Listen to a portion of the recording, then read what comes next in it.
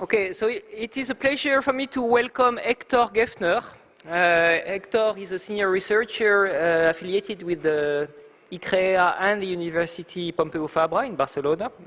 There are very many things I could say about Hector, but let me say one or two. So he got a PhD in 1990 from UCLA under the supervision of Judea Pearl, and he got an the ACM dissertation award for that. And since then, I mean, he's been working in AI in various places, and his research spans many sub-areas of AI, such as uncertainty in AI, knowledge representation, planning, search, and some machine learning. So he was the ideal person to give a talk on the evolution of the contours of AI, which is this year's special theme. Hector, you can start. Okay, so thanks, Jerome.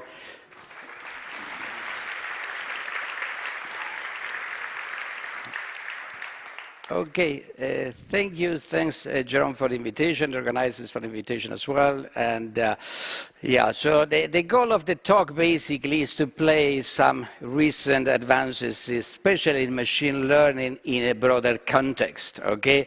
I'm gonna tell story in the old-fashioned way, meaning I'm not gonna have videos, very few pictures, okay, and some bullet points to try to make the points of this story. The story, okay, as models basically do not have to be fully accurate, okay, they are also subjective, so some of these are of course my views. So the question and the challenge is whether to make it coherent and hopefully insightful. So let's see. More or less, the story will go, we'll start with the AI programming. Okay, some of you probably are too young even to have heard about AI programming, but I talk a little bit about that because I was dominating paradigm for a number of years in AI, then the problem of generality. So we'll talk about learners and contrast them with solvers, okay, and eventually we'll try to draw some parallels between learners and solvers, and both learners and solvers on the one hand, and some current theories of the human mind that postulate, okay, a couple of processes known as System 1 and System 2, okay, that will also provide some map about some of the challenges. Okay, so this is more or less what I want to do. I'm not going to be displaying references, not even self-references in my slides.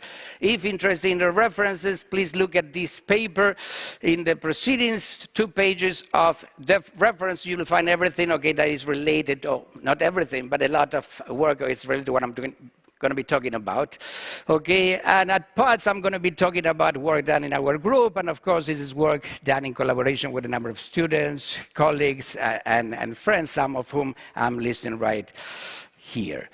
So let me start. I'm not going to start in the Dartmouth meeting, okay, that's going too early, but this actually is a pretty early book on AI. It's a collection of papers, very influential, published in 1963. Probably one of the first AI books, and actually the first that fell into my hands when I was an undergrad student in the early 80s. This is basically a collection of contributions describing programs, okay, for playing chess, checkers, okay, proving theorems and things of that sort. Okay, the notion of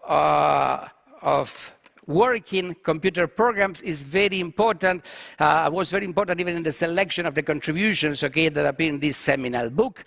Actually, in the 63 edition, the original edition of the book, okay, the editors said, we have tried to focus on papers that report results. In this collection, the papers describe actual working programs. Because of limited space, we chose not to avoid more speculative pieces. And actually, at this point is restated in the more recent 95 edition, where they say that the critical selection criteria was that the paper had to describe a running computer program. All else was talk philosophy, not science, and little has come out of the talk. Okay, so if a computer scientist calls you a philosopher, don't take it as a compliment, okay, normally. So one actually can argue that some of the main contributions, okay, done in AI in the early decades, in the 60s, 70s, and earlies, had a lot to do with programming and the representation of knowledge in programs. Okay, from this time we get Lisp and its influence, what was a functional programming, Prolog and logic programming, rule-based programming, and many, many other ideas. Actually, as Jerome mentioned before, I did my dissertation in the late 80s, and at that time it was not unusual to do a dissertation by picking some topic or some domain, you analyze and so on, and you try to capture the reasoning of an expert or yourself when trying to address this domain X. That could be anything, okay? Understanding jokes, understanding stories, drawing analogies, and things like that. Actually, many, many good ideas came from this work, okay? The whole idea of AI programming and so on, but there was a methodological problem. And the problem was that these programs, okay, behave in a reasonable way over the examples and the scenarios anticipated by the programmer, but were not sufficiently robust or general outside of these examples.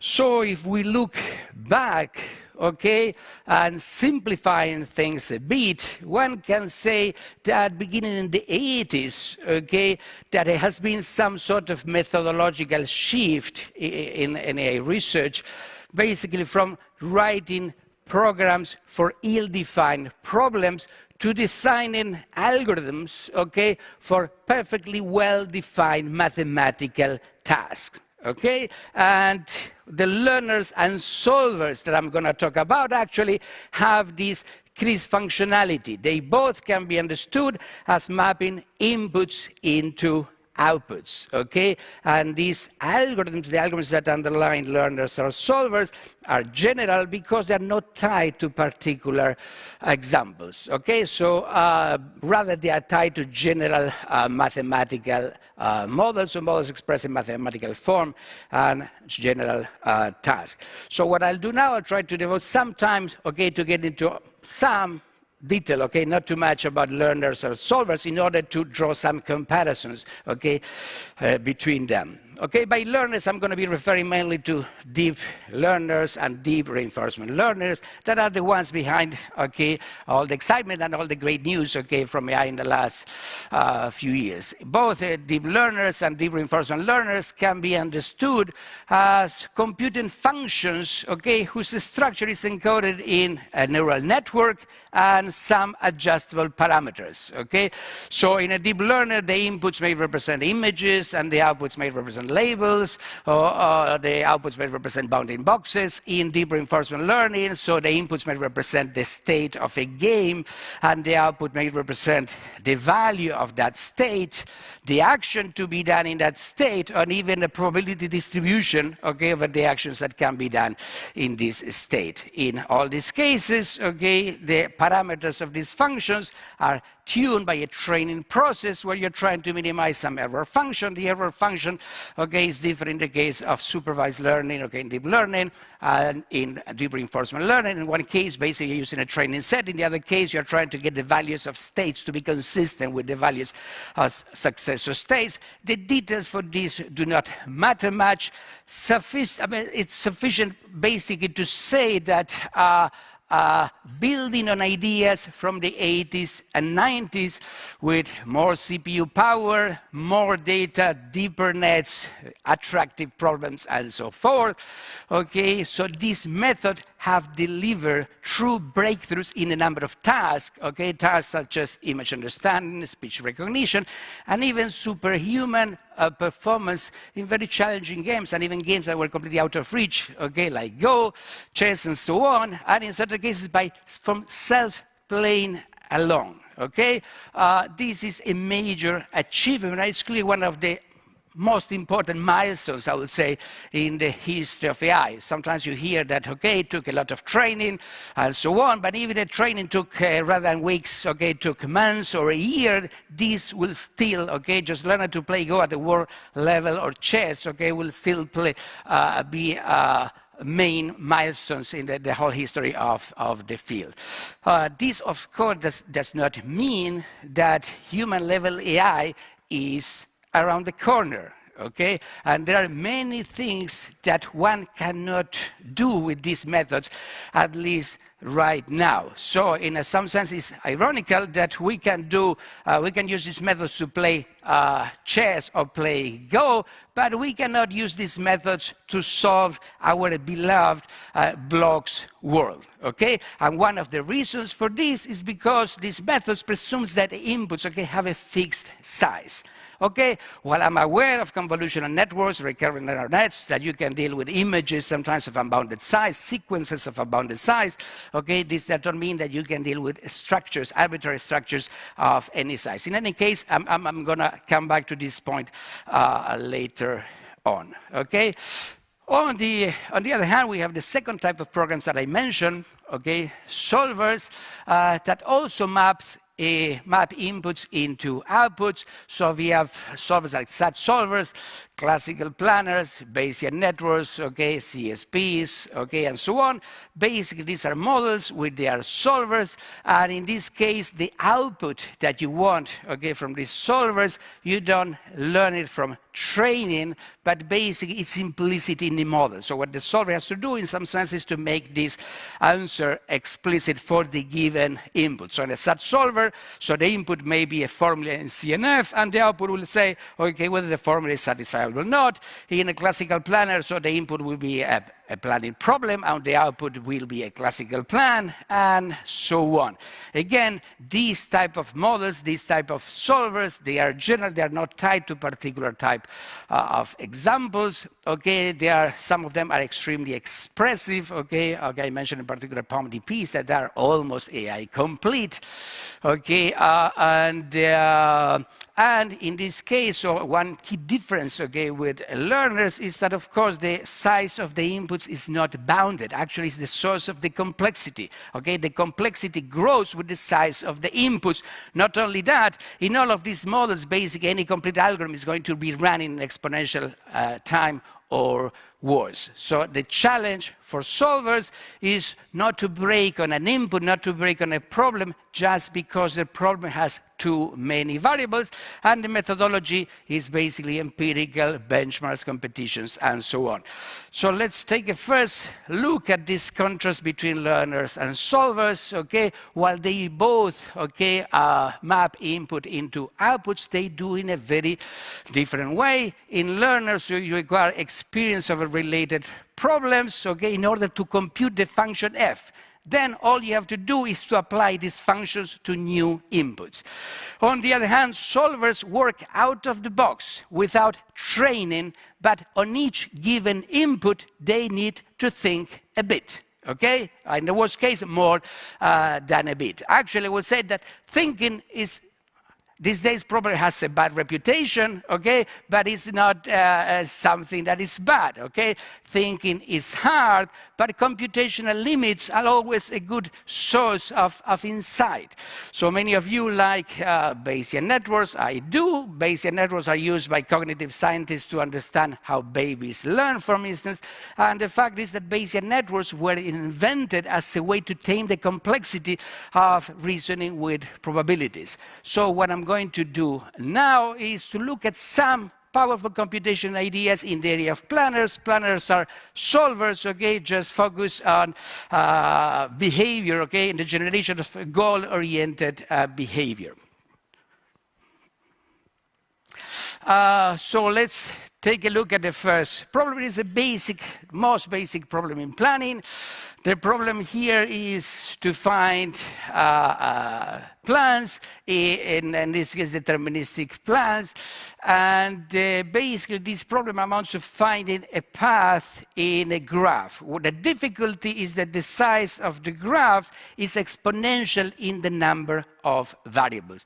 So how planners or some planners manage, okay, with these sorts of complexity, okay, in some sense they appeal to a relatively old idea, okay, that appears in the works of a number of people, okay, and the whole idea is if you do not know how to solve a problem P, solve a simpler problem P prime and use the solution of P prime for solving the original problem. okay? In the case of planning, this idea of problem simplification or relaxation, as it is normally called, okay, so the main transformation is what's called the monotonic relaxation, also known as the delete-free relaxation. And in that case, all you have to do is to take a compact representation of the planning problem, and you relax it by making the effects of the actions to be monotonic in the variables. What this means is that an action changes the value of a variable from one value to another. In the relaxation, the variable has these two values. So the old value is not lost, okay? You get a new value.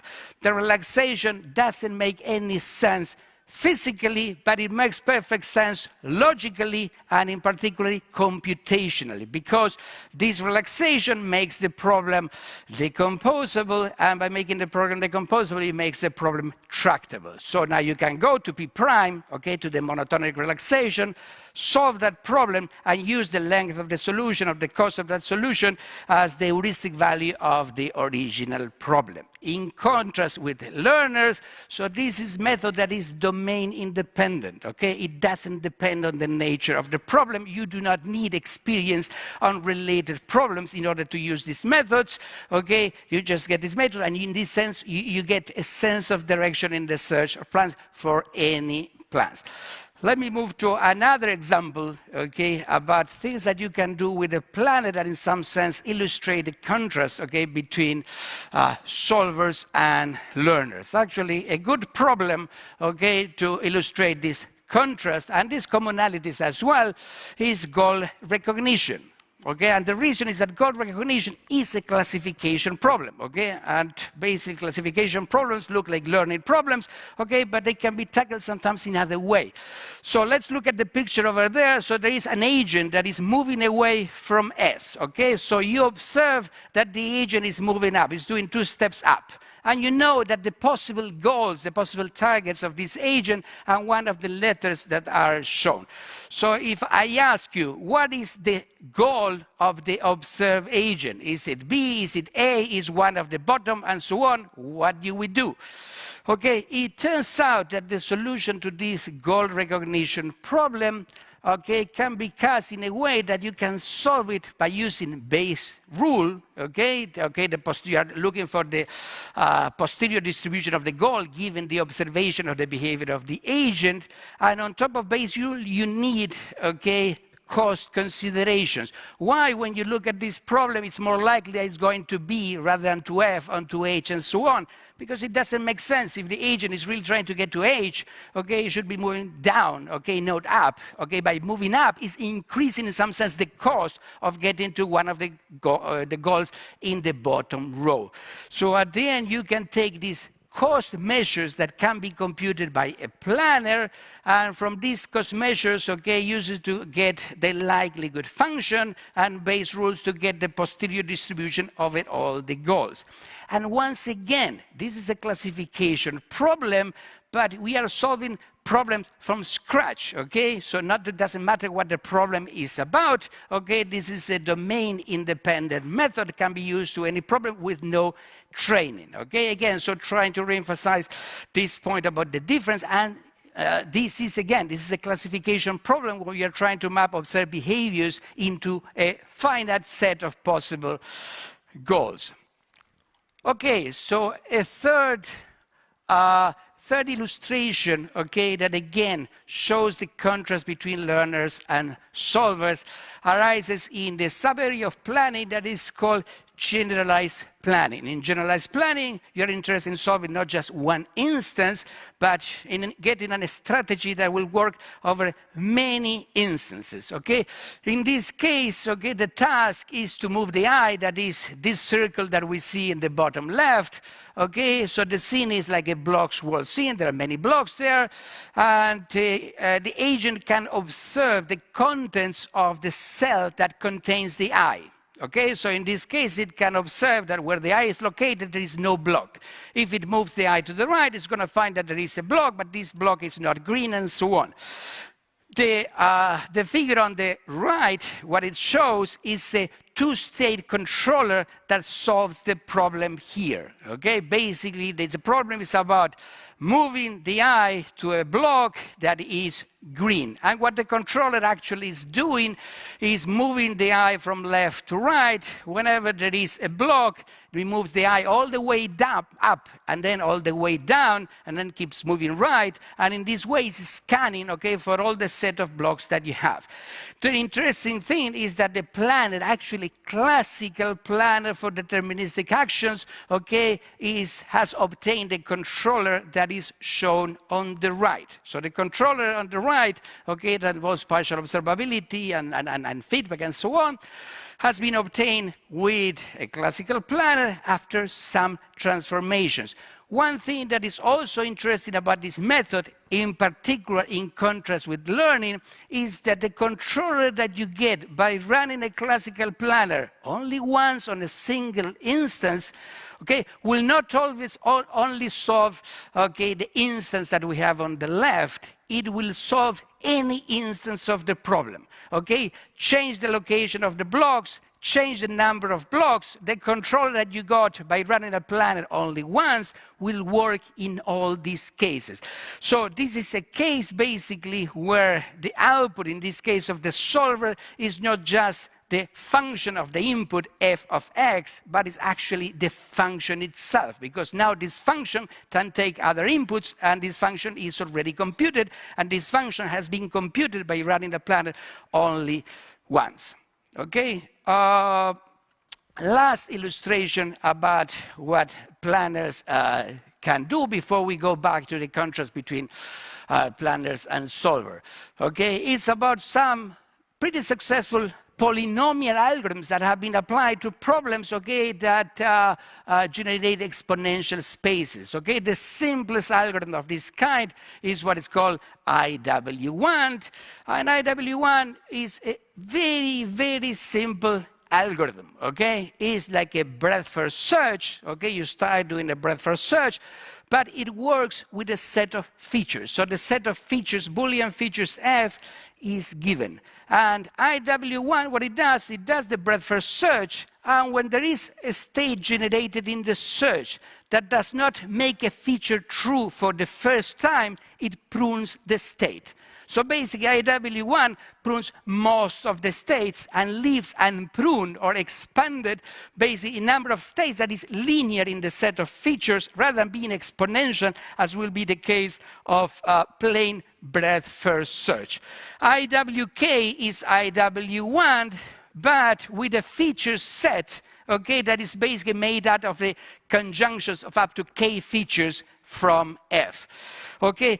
Two remarkable things are there are many, so if you take benchmarks, okay, that people have considered in planning and so on, so for most of these benchmarks can be solved with IWK for a very small value of k, even if the problems, okay, as I mentioned, involve exponential spaces, okay? Actually, not only you solve this problem, okay, but you can prove that you solve them optimally. And again, this is a theoretical result for these domains. Okay, I say, okay, blocks were problem, logistics, whatever problem, okay, one can prove these results. It's not something that we get out of the instance. You can show that this algorithm will show many of these instances, especially when the goals feature single atoms, okay, in polynomial time, even the size of the space is exponential. Okay, actually, just mention a couple of variants that I think that are relevant, and one of them actually will tie well with the work in learning.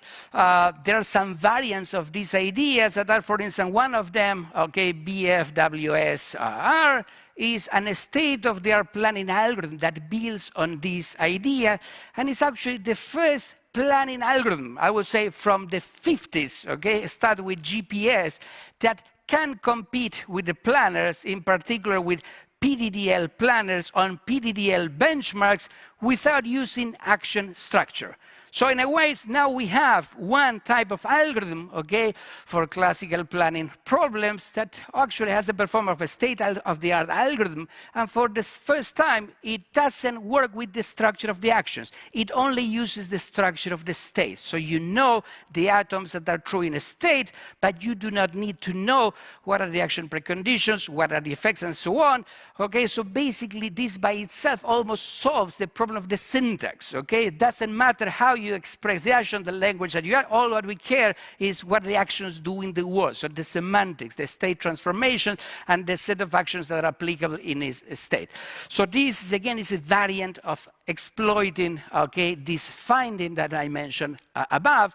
So a second, okay, result I got of this is that we use a variation of this idea, what's called rollout IW, so a version of the IW1 algorithm, okay, as an online planner to play the Atari games directly from the screen. So in a way that we get similar inputs from the ones using reinforcement learning.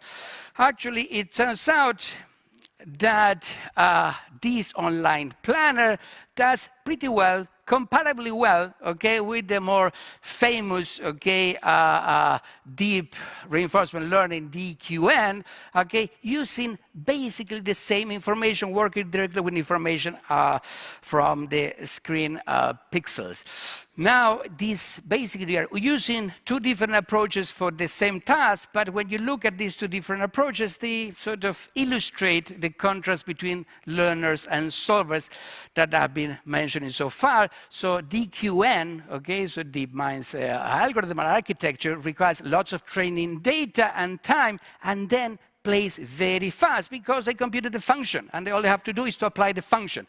On the other hand, the planner rollout IW1, okay, so plays out of the box without training, but again, has to think a bit before each move. In the case, it's almost, okay, real time. In the case that will result, okay, half a second per each move. But this illustrates very well the general point, and one sort of possible take-home lesson, okay, from the talk today is about this concept. So let me re-emphasize this point again.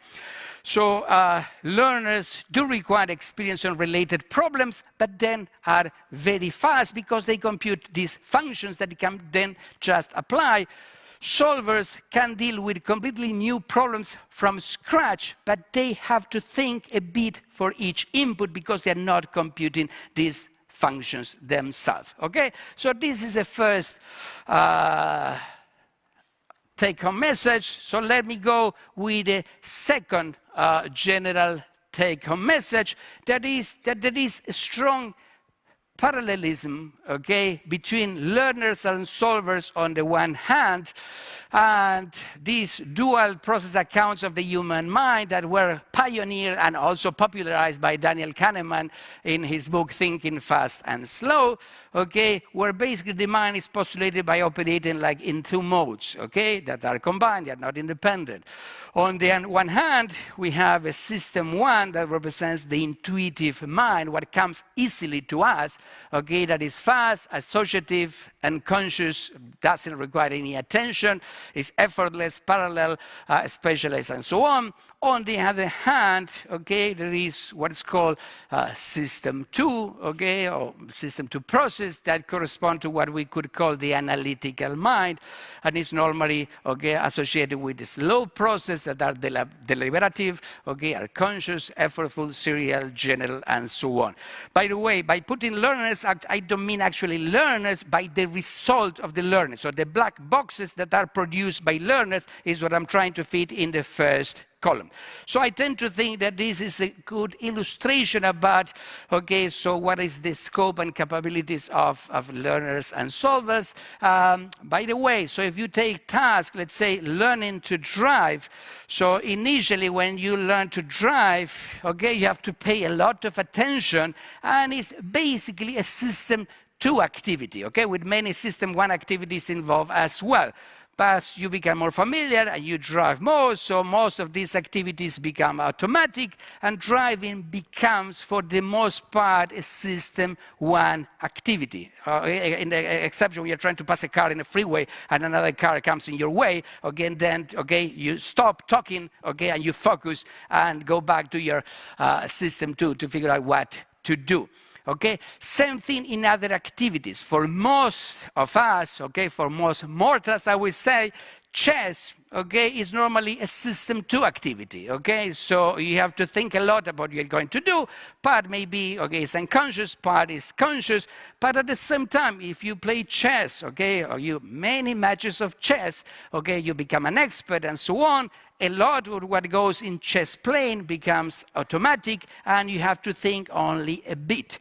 Okay, so by putting learners and solvers in this way, so this is not to say that you cannot do learners play chess, because of course I mentioned that is one of the greatest achievements, okay, the systems that I had to play chess and how to play Go, even learning just by self-play alone. What I'm trying to say is that basically with enough experience, many things that normally will belong to the system 2 sphere, okay, can pass to the system 1 sphere. Okay, so System 1 and 2 in the human mind, these are 2 processes, but they are not thought to be independent. Okay, System 1 is thought to be evolutionary older, and System 2 in some sense is sitting on top of this System 1. Okay, but the crucial part is that they work together. So we have to delineate some of the challenges, okay, in order to get some general artificial intelligence, okay, of some sort. I will say that some of the challenges have to do with this sort of integration. So we did integrations, okay, that works both ways. So an integration that helps learners and help solvers and to coordinate in order to get and tackle problems. This is not completely new, okay, so the AlphaZero okay, program from DeepMind, that is basically the one that achieved world performance, okay, by self-playing in chess and in Go and so on, is actually an example of this integration, okay? On the one hand, you have a learner, you have a deep reinforcement learning, but this reinforcement learning is using a planet to speed up, okay, and even to make feasible this learning process. In this case, the planner or the solver, okay, is a Monte Carlo tree search solvers. So the question is, can we get integrations of this sort that are general? Do we have them? And once again, let me go back to our blocks world. So AlphaZero can do chess, can do Go, but cannot do blocks. And, okay, so before I start getting mails about deep reinforcement learning approaches doing blocks, let me be clear about a methodological point. Doing blocks is not having a coverage of 68% on selected instance with 7 blocks. Okay, by doing blocks, you achieve near 100% coverage on arbitrary instance. Okay, that is something important, because of course there are many papers that report results on solving blocks problem, but I would say that the standards, okay, will not fit this description. By the way, if you want to do blocks work from images, okay, that's challenging enough, and try to solve as different instances as you can, but be aware that if you solve blocks work problems from the screen, you are not solving arbitrary instances, because in those cases, the goal state is one state, the one that is shown. What normally, okay, the goal is just a set of states. Okay, if you want to solve arbitrary instances of blocks work, just to mention one domain among many, many others, but it's something that we are already familiar. So in some sense, you will even have to move beyond that, because it doesn't fit. Okay, so there are some representation bottlenecks, okay, have to be addressed in order to apply to problems as simple as this. So we are not in the singularity yet, at least until we solve blocks world. Okay, so some other sort of challenges related to this need of an integration between learners and solvers. So one thing, for instance, okay, of course, model learning, but even something more basic. We want to be able to learn the state variables of a problem from streams of actions and observations. And once again, There is a lot of work about getting some performance and report some numbers, but very little work on trying to get the state variables, something that should be feasible, whether using prior knowledge that is genetic or not. Some other challenges, learning useful generalized features for planning, model learning, and actually something that I will not say much now is about learning finite abstract representation, okay, for obtaining general plans. Actually, one way that you could fit in principle problems like blocks, world, and so on is if you manage somehow to get these problems that requires, okay, arbitrary inputs of arbitrary size, okay, to project them on finite abstractions. And these abstractions depend on the goal. So one way to get about this challenge is to get the suitable abstractions automatically, okay? And if interested in this topic, I'm not going to solve this problem, but I'm just going to specify and illustrate how to solve it by hand, okay, in the next KR and planning session that follows this one. Okay, so how much time left do I have? So actually I think I'm doing pretty well. We're going to have time for questions. Okay, good. Finishing these general talks about AI, okay, one listened a lot about the social impact of AI and technology, so I thought, okay, I'll take the opportunity to share a few thoughts, especially, okay, maybe some thoughts that are not completely in the mainstream, okay? So, first, okay, AI, okay, my view is very far from human level intelligence. Doesn't mean that in certain islands, okay, you can achieve superhuman intelligence. But of course, the fact that we don't have human level intelligence doesn't mean that AI can't be used for good or for ill purposes, okay? So you can do a lot of harm or sometimes a lot of benefit as well. So actually, people gather, okay, in AI, and they come up with the Asylum AI principles that basically go about this, okay? How, in some sense, to get the best of AI and how to avoid the worst. These principles are very good and signed. I guess that most of you signed as well, okay? But we should be aware, okay? These principles are very hard to enforce, okay? So it is great to have AI systems aligned with human values, but why stop with AI? Why not align technology in general with human values? Why we don't align politics, okay? Why we don't align economics, okay, with human values? Are they actually aligned, okay? So there are reasons to think that they are not, and that there are many forces at play, okay, that have to do with these developments, okay? In particular, I will say markets and politics that are increasingly focused on the bottom line, okay? Profits, getting elected, any cost, okay? And that they normally target our system one, okay? However, we live in a modern society where reasons, respect for the facts, and in some sense the guidance of the common good is what is actually needed, okay? But in some sense, that doesn't mean that they don't come automatically. So to conclude, okay, what I will say is that if we want good AI, ethical commitments, ethical committees are good, but what we actually need is to struggle for a good and decent society. Okay, thank you.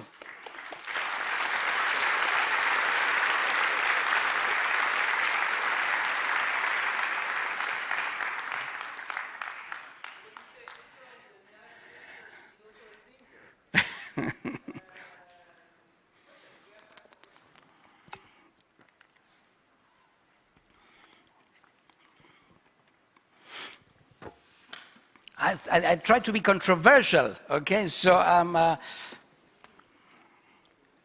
Hello. Right here.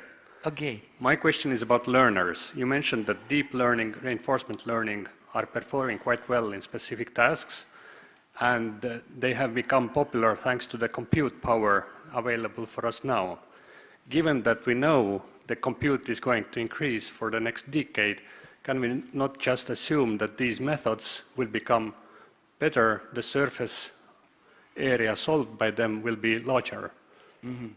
Okay, thanks. Actually, I would say that more data, CPU power, and everything, okay, are essential ingredients to what happened in deep learning and so on. But of course, the ideas, okay, so the ideas and the techniques were very good, and okay, so it took some time, okay, to show how good they were, okay, at least practically.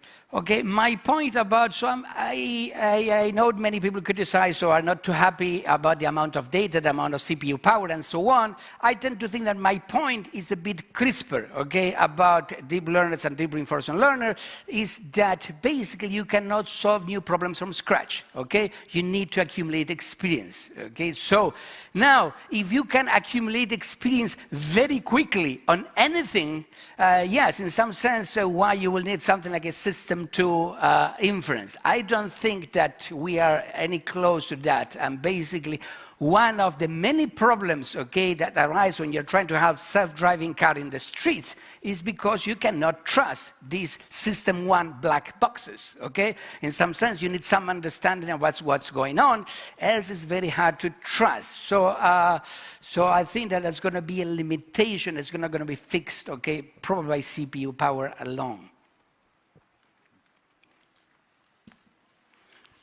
So, hi, thank you for a great talk. As a cognitive scientist, I really appreciate the focus on knowledge and representations and so on. I just wanted to get your thoughts on this kind of interplay between System 1 and System 2 and how we might be able to implement that in AI. Because as you said, for humans, we recognize when we have to take over control from System 1. We recognize that an elk has just walked out on the road. We need to get acting and thinking very hardly, and we can't continue talking. How do you see that implementation, sort of? Okay, thank you. Yeah, that's basically the type of challenges. So I think it's a challenge. There is very little integration, okay, from the top and from the bottom. I think that we are at a time that the bottom-up approach, let's say the learning approach, has been doing extremely well. And so researchers are still sort of trying to apply this method to more complicated problems, okay, not trying to, in some sense, fill this gap or feeling the need to fill this gap. I would say that more generally, that there is a couple of methodological approaches that one can take from any technique, not just deep learning or deep reinforcement learning, is try to see how far you can push this method. What are the most complicated problems that you can solve or deal with, and so on. Or, at the same time, there is another approach, is what are the simplest problems where these methods fail. Okay, I have to say that I have a slight preference for this other method, and that's why I mentioned something concrete as Bloch's wall, because it's very simple, but in principle there's no way that you can tackle that now. But I think that's a challenge. I would say it's not implementation. It will require ideas and formulations and many other things. Thank you. Thank you very much. Hector, on the other side. Okay, sorry. Thanks for the great talk. I was wondering, I wanted to hear your thoughts about the challenges of learning models and also the challenges of having these planners that work with the imperfect models, because at least in my understanding, a lot of the mismatch that we have seen now when we talk about reinforcement learning, there's this whole thing about model-based reinforcement learning, but it's very hard to do because we have imperfect models and we don't know how to compose predictions and things like that. So I was wondering, what are your thoughts on like integrating those things, and if it's just a matter of we do need to learn better models, or if we need better planners that deal with this uncertainty, and how would that be? I think we need all of the above, and probably also need more ideas about what needs to be learned. When you see some of the planning algorithms, okay, some of the planning algorithms don't use the model, just some features, okay? So if you get some features right, so you don't need to be accurate descriptions of the state, only these features. So in principle, so I would say that you need everything, okay, to be able to plan within accurate models, but possibly we need more ideas, okay, in order about what to learn. So this is what I mentioned, learning the state variables. So to me, it's not just learning predictive models, okay? So I think that, yeah, we'll see. So that it's still missing from the picture. Thank you. Okay. Hector, thank you very much for that talk. It seems to me one of the key issues really is how do we express what we want the computer to do, right? And if we can give a crisp goal statement, then we can give, and if we can write down our constraints relatively compactly, then we can use a solver.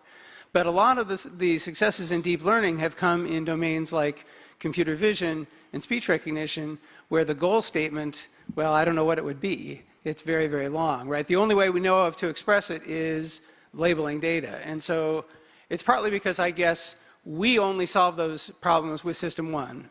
There is no system 2 statement. And so machine learning has been learning directly to system 1 without going through the interpretive stage. So what are the limits of the system 2 to system 1 story? Does it cover a lot, or is it really just a tiny part of all of AI?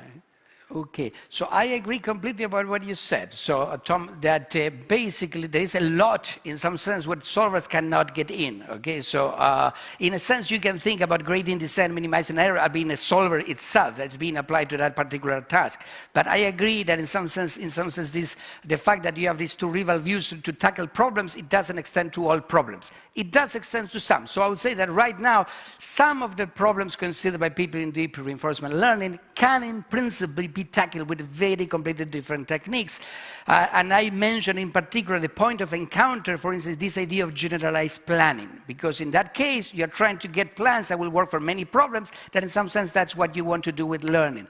So in that particular area, I can see how these two views in some sense can eventually compete and see, okay, which are the ideas that prevail and why. In the case of image recognition and sound, there is no competition, okay? It's system-wide all the way down, apparently, okay? And Thank you. So, Hector, over here, to Yes. your left. Oh, sorry. Yeah, we're switching one by one, just to confuse you a little bit more. Thank you. Alessio. Alessio, yes, Imperial College. Yes, I also very much like your distinction between learners and solvers. And looking at AI research right now, it seems to me in the mains, you know, the learners are associated with probabilistic techniques, and the solvers, typically the way we build them, are provably correct. So I wonder whether you agree with this, and whether perhaps we need a little bit more research on correct learners, or probably correct learners, and on the other hand, probabilistic solvers, so to speak, trying to bridge the chasm that actually exists between the two disciplines. I agree that the main successes, okay, on both sides, as you say, in the reinforcement learning, are being probabilistic systems for the most part, and in the case of planning, so the best results in some sense are for deterministic systems.